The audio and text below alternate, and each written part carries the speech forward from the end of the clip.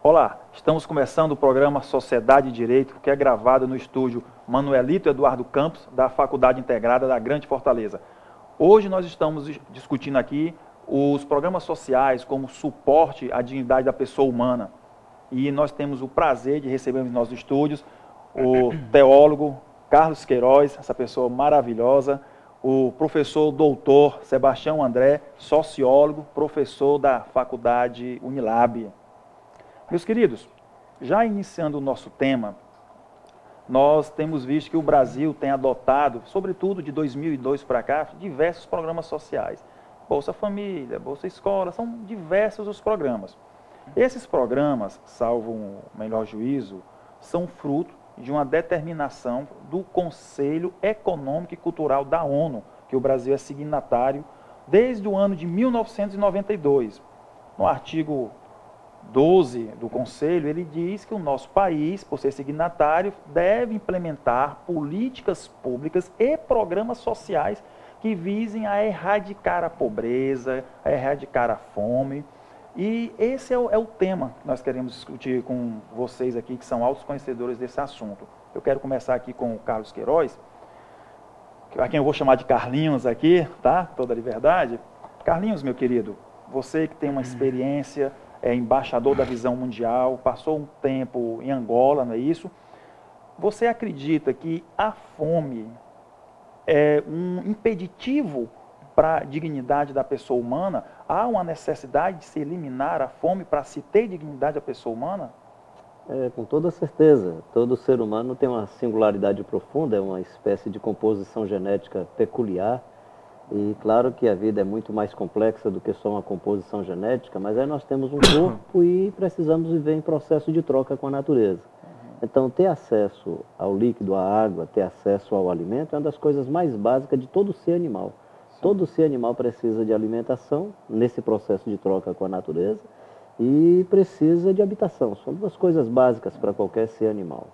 E aí o ser humano, para viver como animal, precisa ter o mínimo para se alimentar. E aí vem todo o processo de industrialização, a mudança da economia agrária para a economia industrial e de serviços, e gera toda uma acumulação de bens, de tal forma que as pessoas, especialmente num processo de urbanização, não têm acesso mais aos alimentos.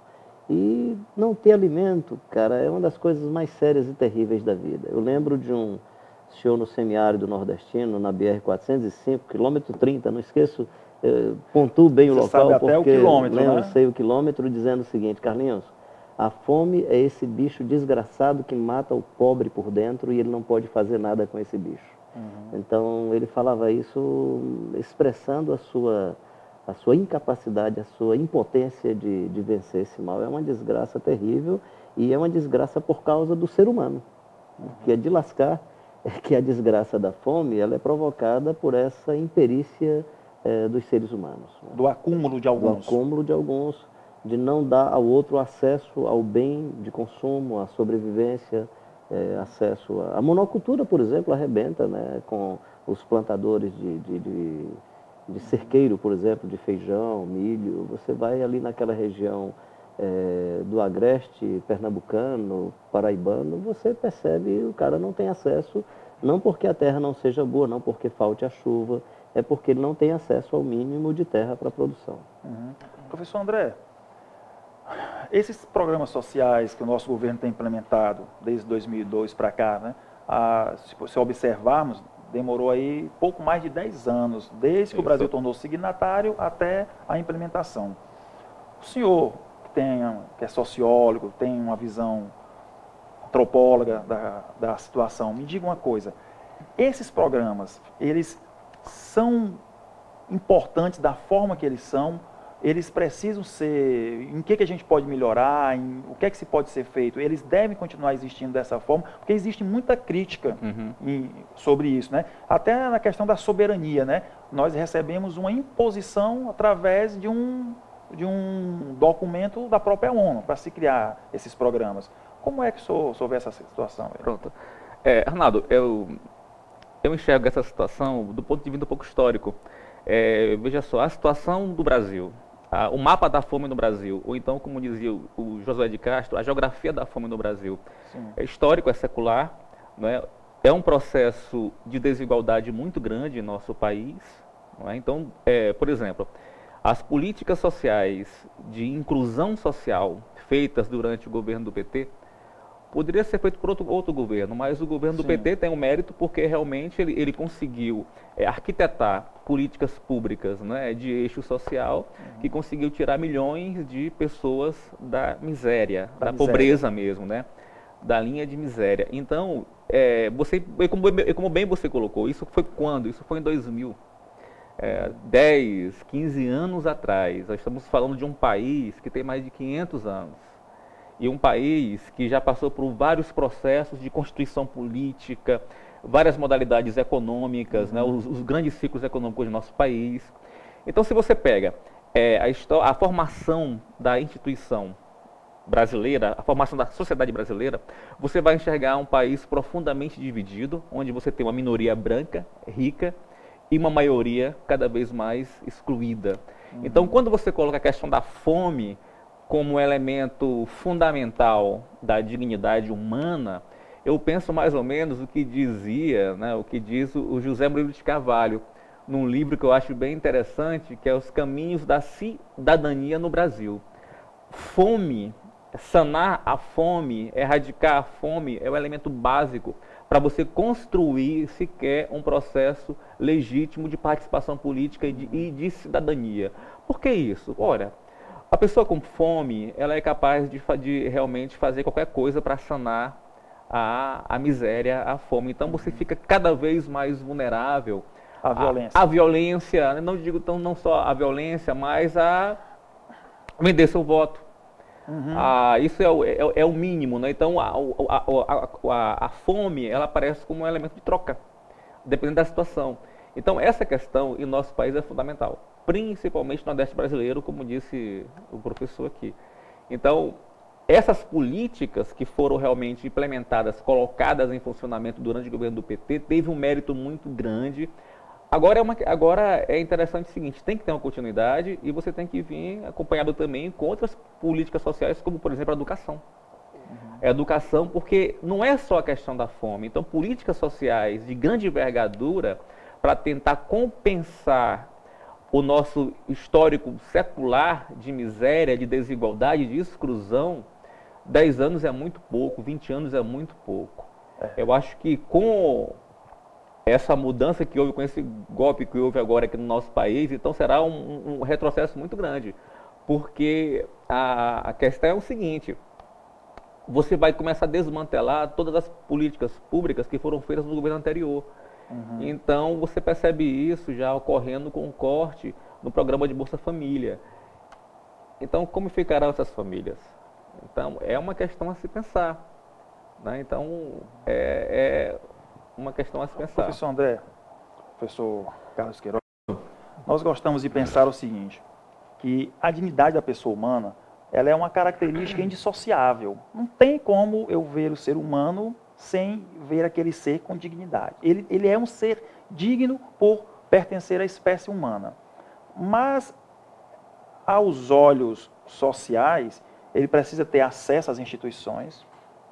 E o acesso às instituições, por incrível que pareça, a própria lei, né, faz alguns cortes no acesso, né? O artigo 14 e 17 do Código de Processo Penal são claros ao dizer que o Ministério Público e o juiz eles podem requisitar ao delegado que abra um inquérito.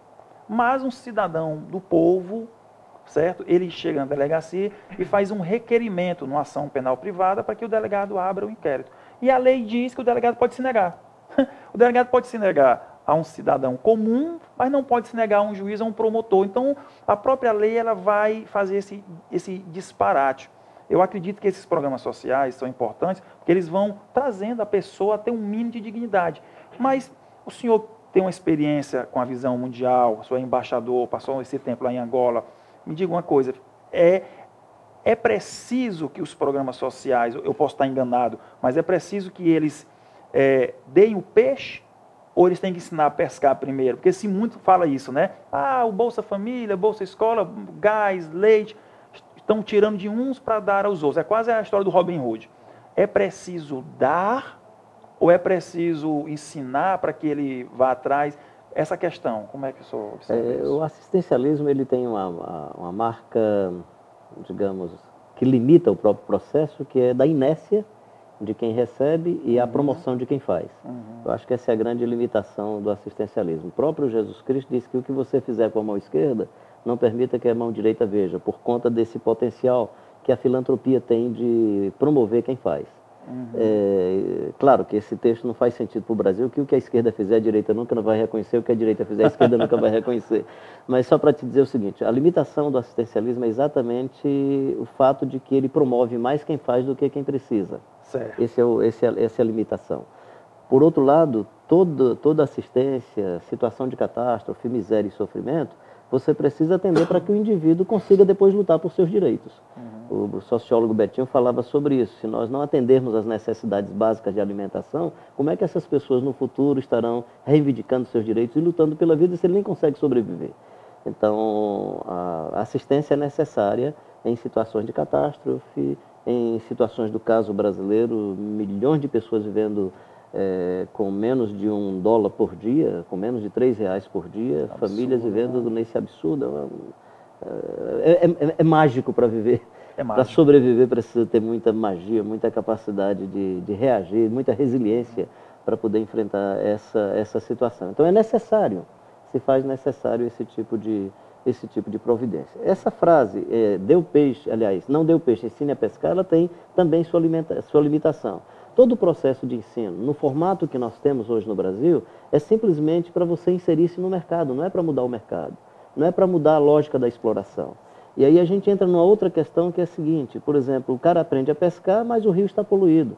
Ele aprende a pescar, mas ele vive um processo de exploração. Aí sim, além de aprender a pescar, ele precisa compreender as conjunturas, fazer análise do contexto.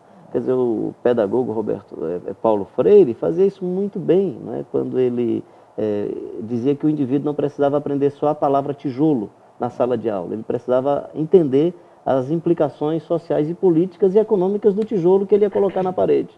Então isso era muito interessante. Então não adianta só dar o peixe, eu acho que em alguns momentos, a gente tem que fazer isso, senão a pessoa não sobrevive e precisa viver com dignidade. E o Estado existe para administrar bem esses recursos de tal forma que as pessoas sejam bem assistidas. O ensino é necessário, ou seja, como é que nós vamos compreender as realidades? Por que eu estou batendo esse papo com algum tipo de compreensão? Por que o André consegue? Porque teve acesso ao conhecimento e o conhecimento nos dá essa possibilidade. Claro que você tem esse tipo de conhecimento, que é um conhecimento simplesmente para continuar o processo de exploração. Eu acho que o modelo de educação predominante no Brasil não é um modelo que propõe transformação. É para preparar o indivíduo para ter inserção no mercado sem mudar o modelo econômico. Acho que então a gente teria que sair do ensino para os modelos mais transformadores e mais participativos. Acredito que todos os processos mais participativos, com vistas à transformação, com ênfase na justiça, eles vão ter implicações mais profundas. Da razão pela qual o Brasil precisa passar por um processo onde a justiça seja mais implantada. Nós somos um dos países mais ricos do mundo, estamos variando aí a cada ano entre a 8ª e 12ª economia. Somos um dos mais miseráveis do mundo, onde tem, bolsões de pessoas vivendo em situações de miséria e sofrimento, e ao mesmo tempo com concentrações de riquezas mais absurdas. Nós somos talvez um dos países mais injustos do mundo. No ano passado variava entre 4º e 3º país mais injusto do mundo. Agora, um detalhe aqui sobre já que eu sou um cara que vem do mundo da religião, né? Certo. Que para mim é impressionante, nós somos o maior país católico do mundo, nós somos o segundo maior país protestante do mundo, somos um dos países mais injustos do mundo. Estou dizendo isso para que a minha cristandade repense que modelo religioso é esse que gerou esse tipo de desgraça e esse tipo de miséria.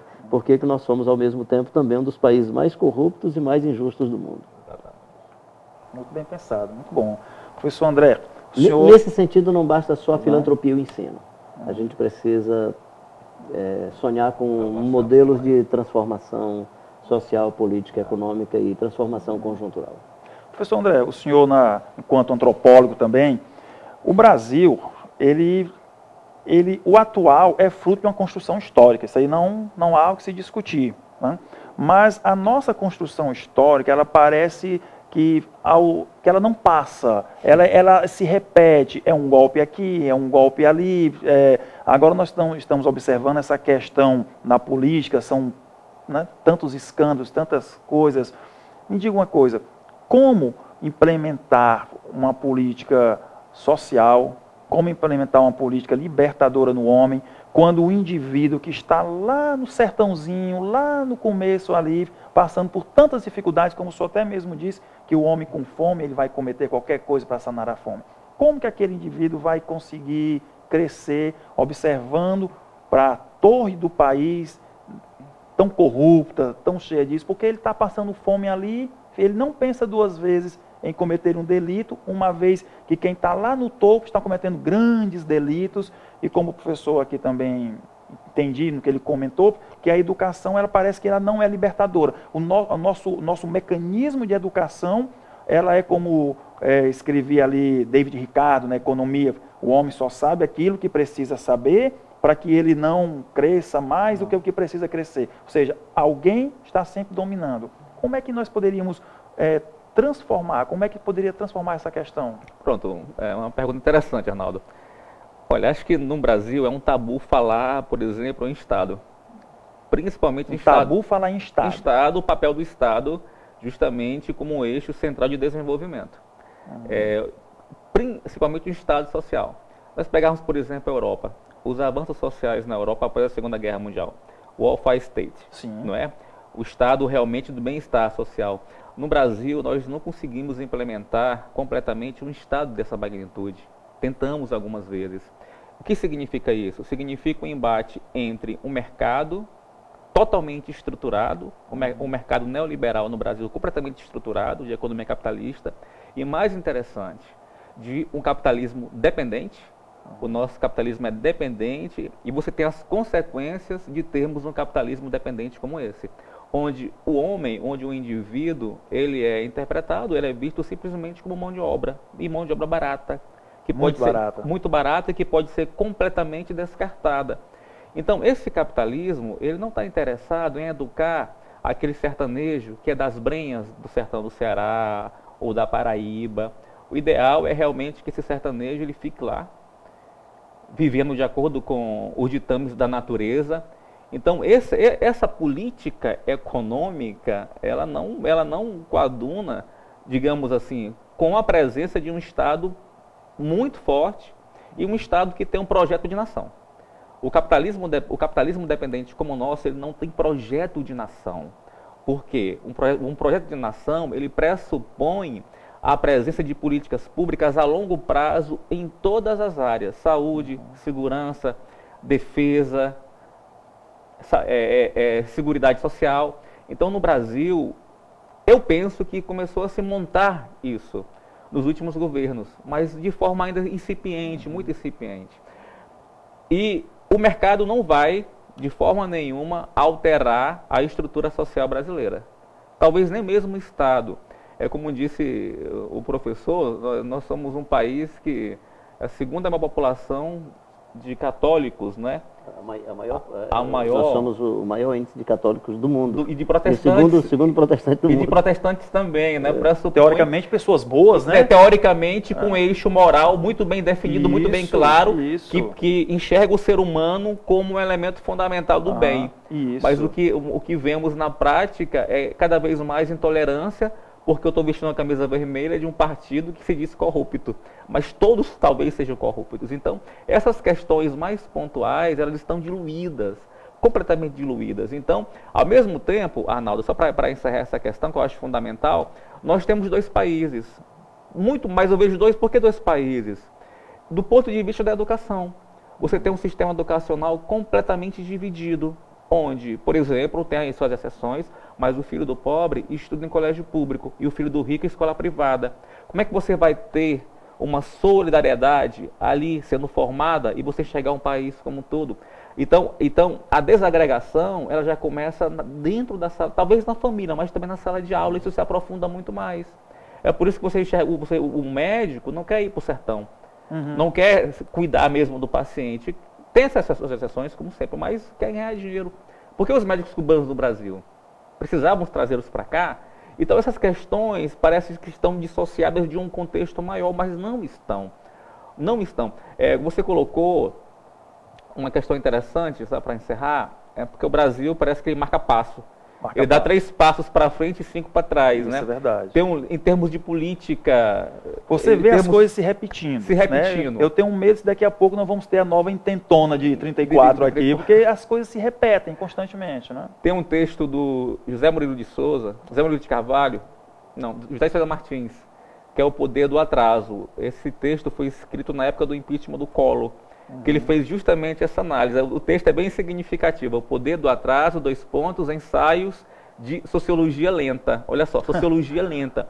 O que ele constatou? No Brasil, você tem a fisionomia, a aparência que parece completamente moderna, mas a essência é completamente conservadora e arcaica. Então, as práticas políticas mesmo do nosso país, elas remontam ainda ao século XIX, ou até mesmo no Império Brasileiro. Então, mas, professor, por que não houve essa quebra de mudanças de paradigmas, de atitudes na elite política brasileira, na classe política brasileira? Olha, é uma explicação muito longa, mas o que eu só para concluir, as elites políticas brasileiras não conseguiram alterar a sua forma de pensamento. Ainda se permanece no poder. O Lula, por exemplo, o PT alcançou o poder. Ele alcançou o poder, mas não tinha um poder. Porque realmente por trás você teve que realmente conciliar com os partidos conservadores, todos eles. Não é? Então essas questões devem ser revistas. Para realmente, se você chegar à sua questão, Ronaldo, como é que muda isso? É uma mudança que, na minha perspectiva, eu acho muito difícil. Né? Eu acho muito difícil. Seria uma construção inteiramente nova, né? Seria... Partindo desse pressuposto aí, eu acho interessante que parece que tudo que é construído no nosso país, vamos falar assim, para pobres, é mal feito. Né? Nós temos a Lei Maria da Penha, que é fruto de uma condenação nos tribunais internacionais. Não é nada originário. Não houve alguém que pensou, vamos criar uma lei para a proteção da mulher. Não, foi uma condenação internacional. Nós temos programas sociais, não foi ninguém que chegou e disse, vamos criar programas sociais, vamos acabar com a fome, com a miséria. Não, foi um acordo internacional que nós nos tornamos signatários. Isso me deixa preocupado, porque me parece que não há iniciativa, a inércia do nosso poder, né? Porque eu não gosto de separar em legislativo, executivo e judiciário. Não, existe um poder, Mas, professor Carlos Queiroz, o seu tempo de Angola, o pobre e miserável de Angola, ele é diferente, ele é mais feliz, ele é mais escravo do que o nosso pobre e miserável do nosso sertão? Eu sei que o senhor conhece o sertão.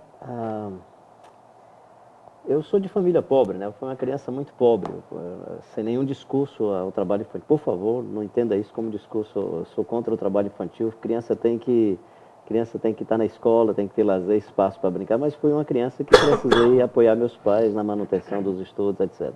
E fui sempre uma criança muito feliz, porque a criança tem a capacidade de, no seu imaginário, construir seu mundo. Então, por exemplo, eu fazia meus castelos de areia e colocava os móveis de maneira imaginária dentro da casa de areia, inventava minhas próprias brincadeiras, criava meus carrinhos com lata de doce de marmelada, lata de doce, uma madeirinha no ombro e tal, e fazia meus próprios brinquedos. Então, uma das coisas bonitas é que o pobre ele consegue a despeito do sofrimento e da dor, ele consegue criar o seu mundo, a sua festa, a sua dança. Certo. Ele aprende a fazer a panelada, ele aprende a fazer a buchada, ele aproveita da orelha do porco e faz, daqui a pouco esse prato passa a ser um prato chique, né? O ser humano, ele tem uma capacidade de resiliência, de construção, uma coisa assim extraordinária. Eu sempre tive uma experiência de ficar 5 dias nas ruas em São Paulo, com pessoas em condição de rua. Eu fiquei encantado com a capacidade de sobrevivência das pessoas. Com a pesquisa de campo sua? Não, foi a intenção de ver como é que era isso. Era muito mais para ver se eu aprendia a ser gente, né? Se eu me encantava mais com a praça do que com os templos e com os grandes prédios. E fui descobrindo outras formas de enxergar a vida. E essa é uma coisa inusitada do ser humano, não é? Eu conheço pessoas pobres, e por favor, não estou justificando dizendo que o cara tem que continuar na miséria. Ele tem que ficar indignado por não ter acesso à educação, por não ter acesso à saúde, por não ter acesso ao seu alimento. Mas ele precisa também ter essa capacidade de recomposição interna de tal forma que isso lhe dê a condição de reagir, de resistir. Então, eu vi isso no angolano. O angolano era morte todo dia. Então não dá para você fazer da morte uma desgraça. O outro morre e você morre também. O outro morre e você começa a viver. Então o cara foge de uma perseguição e no outro dia está fazendo festa. E nesse aspecto eles tinham muita semelhança com o povo brasileiro, porque eles aproveitavam das culturas, das músicas brasileiras, um grande mercado aberto em Luanda, né? Asa Branca, né? O nome do mercado, Asa Branca, né? Rock Santeiro. Então você tem uma Praça Asa Branca, o mercado Rock Santeiro, por conta dessa vinculação. Então quando você pergunta assim, como é que você via isso? Muito duro. Claro que eu me encontrei uma vez com a senhora que perdeu toda a família num ataque que aconteceu à noite, perdeu os filhos, perdeu o marido, e ela não conseguia dizer bom dia, boa tarde, ela não conseguia cumprimentar, que ela começava a chorar. O pranto abria os lábios e o pranto fluía. Então é muito duro. Então não estou dizendo com isso que algumas pessoas não entrem no estado de depressão e na mais profunda tristeza, mas eu queria animar as pessoas que estão nos ouvindo. Se passa por algum problema, o ser humano tem uma capacidade extraordinária de reagir, de se recompor, de se refazer, de refazer a história, né? Então é isso. A gente tem essa capacidade. Que bom, muito bacana a sua explanação. Quero dizer para os amigos de casa que nós concordamos que os programas sociais, de fato, são importantes para o desenvolvimento da dignidade da pessoa humana, essa característica do ser humano. Eu quero dizer para os nossos convidados aqui que eu acredito muito, certo? Que a nossa solução é que cada um observe o outro e veja ele como o fim último de toda e qualquer política. O fim último de toda e qualquer política. Se for assim, os governantes vão fazer asfaltos melhores, escolas melhores, porque o fim último vai ser o cidadão. O cidadão não é para ser o meio para se alcançar, mas sim o fim último. Vamos encerrar, porque o assunto é maravilhoso, a gente podia ficar muito tempo aqui, mas o professor André faça suas considerações, depois o professor Carlos Queiroz, por favor, para a gente encerrar. Eu acho que essa questão realmente de elevar, alçar o ser humano a um elemento fundamental de dignidade é uma questão que o mundo cada vez mais exige, né?